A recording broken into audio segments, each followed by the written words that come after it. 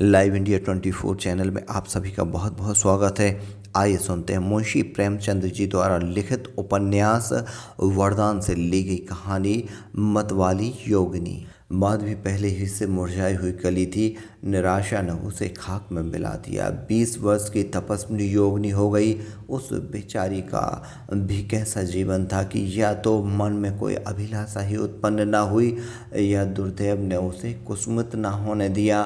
उसका प्रेम एक अपार समुद्र था। उसमें ऐसी बाढ़ आई कि जीवन की आशाएं और अभिलाषाएं सब नष्ट हो गईं। उसने योगिनी के से वस्त्र पहन लिए। वह सांसारिक बंधनों से मुक्त हो गई। संसार इन्हीं इच्छाओं और आशाओं का दूसरा नाम है जिसने उन्हें नैराश्य नद में प्रवाहित कर दिया। उसे संसार में समझना भ्रम है। इस प्रकार के मद में मतवाली योगिनी को एक स्थल पर शांति न मिलती थी। पुष्प की सुगंध की भांति देश देश भ्रमण करती और प्रेम के शब्द सुनाती फिरती थी।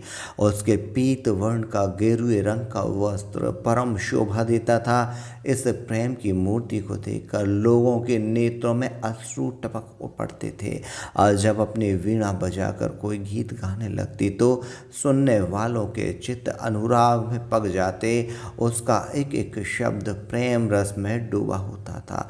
मतवाली योगिनी को बालाजी के नाम से प्रेम था।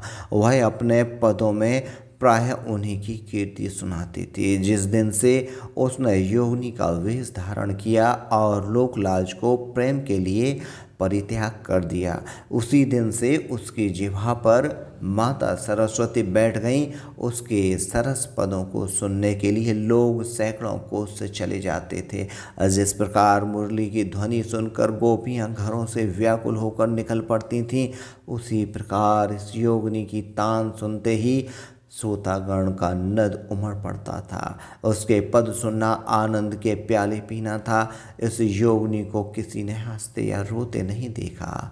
उसे न किसी बात का हर्ष था न किसी बात का विषाद। जिस मन में कामनाएं न हो वह क्यों हंसे और क्यों रोए। उसका मुखमंडल आनंद की मूर्ति था। उस पर दृष्टि पड़ते ही दर्शक के नेत्र पवित्र आनंद से परिपूर्ण हो जाते थे।